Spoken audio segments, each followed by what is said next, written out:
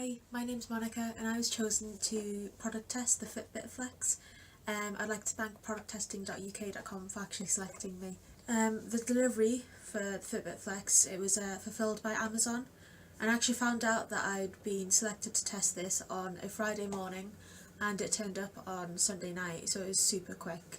So if we take a look at the packaging, you can see it's quite simple and minimalist. I do quite like it though, it still gets across all the features here pretty well. It doesn't bombard you with information. I really like how it displays a Fitbit here as well, it looks pretty nice. So in the box you get the actual tracker, which is this little thing here.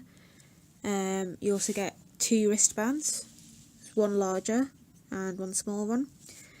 The charging cable here and a wireless dongle. I was really happy to find that a small wristband is included as well, because I've got quite small wrists. And I think if I was using the larger one, it probably wouldn't be as comfortable as this one is.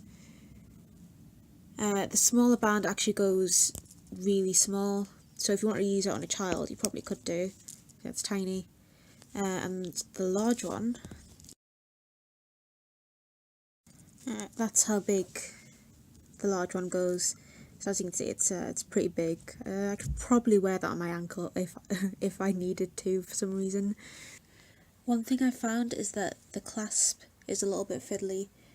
You can see it's just this little bit of plastic here with two prongs on it, and you just put it through these holes here. And right, this bit is the fiddly bit. I've kind of got the hang of it now. When I first got it, it took me about 5 minutes just to close the damn thing. Right, there we go. I was also a little disappointed when I saw the charger. I mean, first of all, it doesn't actually come with an adapter, it's only the charging cable. And also it's not, obviously the standard micro USB one. So that means that if this breaks, I'll have to go and buy a new one from Fitbit themselves. I won't be able to just buy any old charger. I did find out though that the reason they have these chargers is because having a micro USB port on the Flex would mean it wouldn't be water resistant anymore, so I guess it can be forgiven. There's not much I can say about the quality of the product because I've only actually had it for 7 days. One complaint is that the band seems to be going a bit grey. I don't know if you can tell there, maybe in comparison to this one it might be easier to tell. Yeah, but it is going a bit grey. And all I've done this week is go to work, go to the gym, and I've took it in the shower with me a couple of times. Nothing that should have, made it go grey really.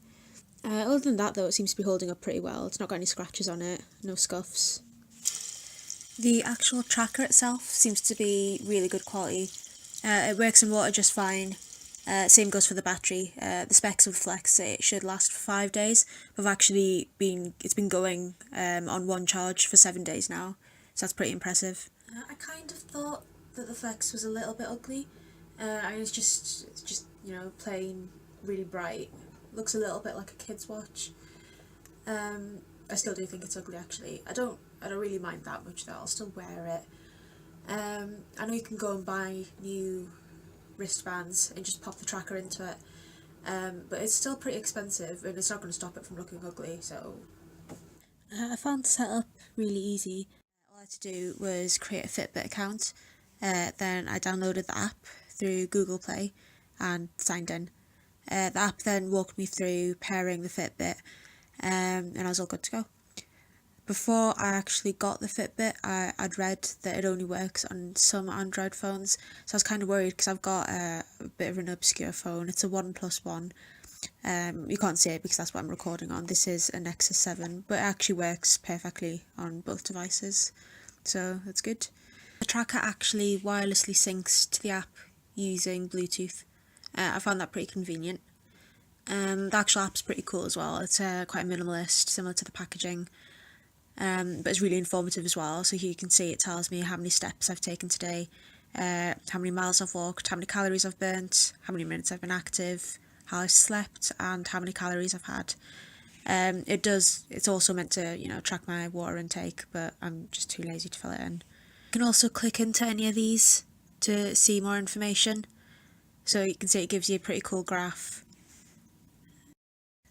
There's also the social side of the app, so you can add friends and message them, and you can send challenges to them, which looks pretty fun, but unfortunately I'm a bit of a loner on Fitbit because no one I know actually has one, so I can't take advantage of these. It's a bit useless for me. We've also got this alarm section here where you can set silent alarms. I didn't think it would actually wake me up, but it does work.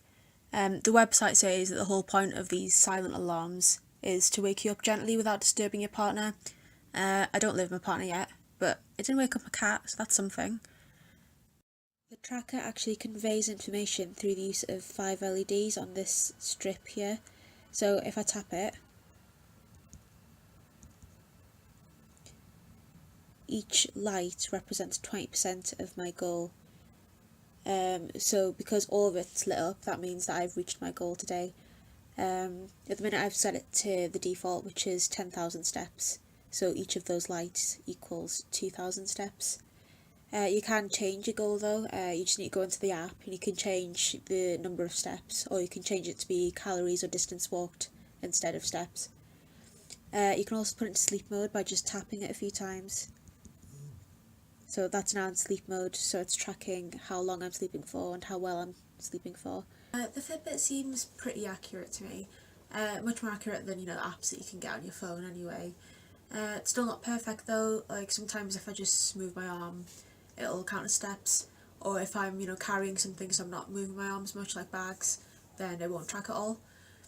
The sleep tracking seems pretty accurate as well. It usually figures out when I'm actually asleep and when I'm just tossing and turning, which it calls restless. It's still not perfect though. I think I would recommend the Fitbit Flex to a friend, but not at the recommended retail price, which is $79.99. It seems a little bit expensive considering you can get apps on your phone that do pretty much the same thing at the cost of a bit of accuracy. You'd think there'd be a few extra features really for that price, maybe like a heart rate monitor, that'd be pretty useful. It is really good at keeping me motivated though. Like if I see that I haven't got my 10,000 steps in, I'll purposely, take the stairs or get off the bus a few stops early, just so I can get those steps in. It is really satisfying actually seeing all 5 LEDs lit up when you've managed to hit your goal. The app also gives me badges for overachieving as well. So you can see I've got a badge there for doing 15,000 steps in a day, and then I've also got this one for doing 26 lifetime miles, meaning I've done 26 miles since I first got the Fitbit. Getting these definitely made me, feel like a sense of accomplishment, and I find myself trying to overachieve, so that's good. Overall, I'd rate the Fitbit Flex a 3.5 out of 5. It's good, the quality is decent, it does keep me motivated, but it could have had a few more features considering the price, and the few flaws it does have are quite easily fixed, so I don't know why they didn't fix them. So yeah, that's the Fitbit Flex. I hope you enjoyed watching me ramble on for a little while, and I hope it helped you decide if you want the product or not. Bye!